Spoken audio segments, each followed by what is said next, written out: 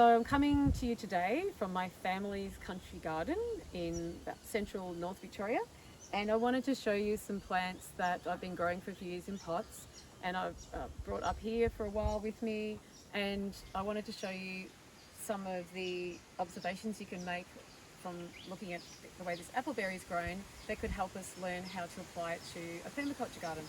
So just to introduce you to these plants, this little baby is Billardiera scandens, or appleberry, and this is a very special one, which is why she's been in a pot, because I ate a little appleberry fruit once, don't remember now whether it was from my garden or not. Anyhow, I ate the fruit and squeezed a bit of seed into a little pot and popped it into my greenhouse, and it grew, and they're very difficult to grow from seed.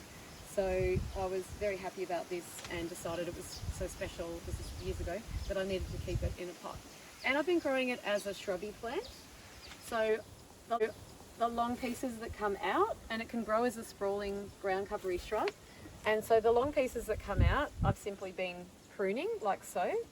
So that sometimes they twine together, just paying attention like all pruning to pruning just above a node. So the piece you cut off has an internode, but the piece you leave behind is trimmed just at the node, which is like all pruning. That's a bit scraggly looking, so I'll cut that little bit off there.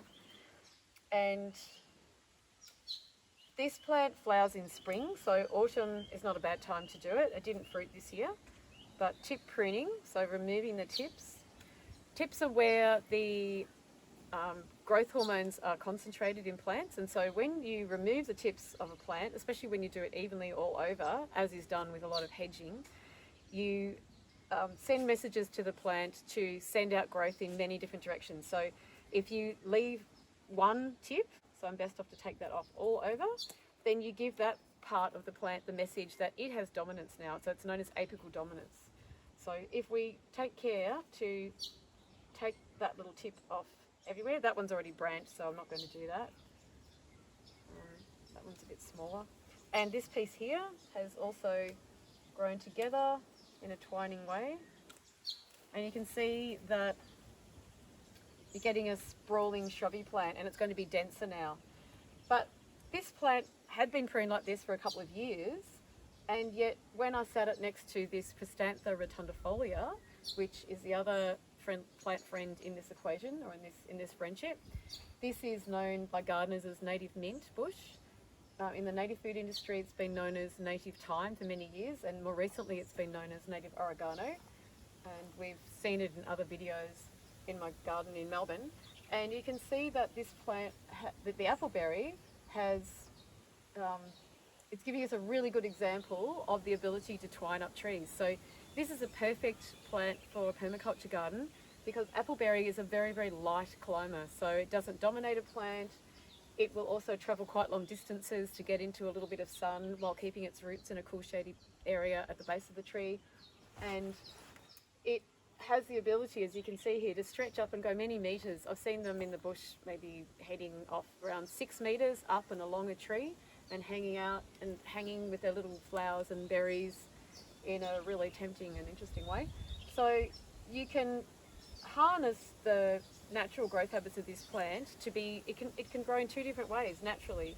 So it can grow when pruned, or when left with nothing to climb onto as a sprawling shrub. With a bit of help, it can become even more dense. Or you can allow it to climb up a tree in a permaculture garden, in a guild that you could put together. Or you can also put this plant on a trellis, and there's other examples on my website and other pictures and posts and things where I've got appleberries growing up trellises. So it's a very adaptable plant. And the other part of it is that both of these plants like dappled shade, and so they're therefore quite suited to being together. However, I do not suggest that you allow your appleberry to climb up a native thyme. I merely wanted to show you what this was like before I removed this very delicately. So very carefully, without damaging the native thyme. And we're going to lose a few leaves here and there.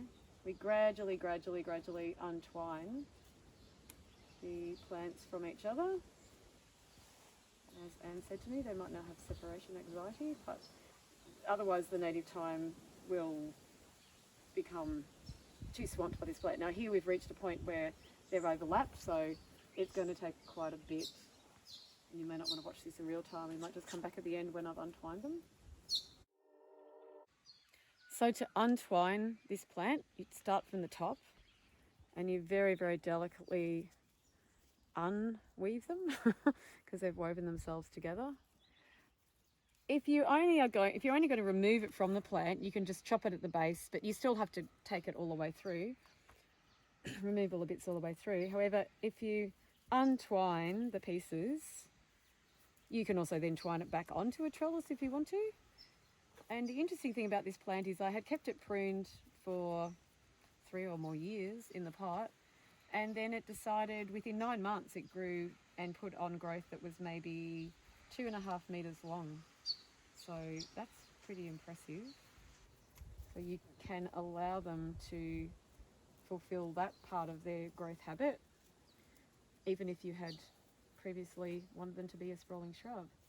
So the point is you give them the opportunity to grow in that way, and they will take that opportunity. In many plants, once you've formed them into a certain growth habit, they are not able to be changed, but with this one, it's able to be. And so there's some nice long bits, and if I was a weaver, that would probably be quite nice to weave with because it's quite pliable and strong. I don't actually know if it's a weaving plant, to be honest. It's not my thing. But as a gardener, I'm now going to cut this back. Now this part has lost a few leaves because it's put all its energy into the furthest away points, because that's what it's doing, is growing up and out and beyond. But now if I cut this back, these will hopefully branch out. I can trim them back a bit further even, just to a node, and this will form this plant back into a bushy plant again. So I've twined the leftover pieces because they really do like going this one direction. And now I'm just going to form them into a little appleberry wreath. So never try and twist plants the direction that they don't like to go, the opposite direction. You'll soon find out because they just spring out easily or quickly. And here's a cute little appleberry wreath that we'll see what happens when it dries.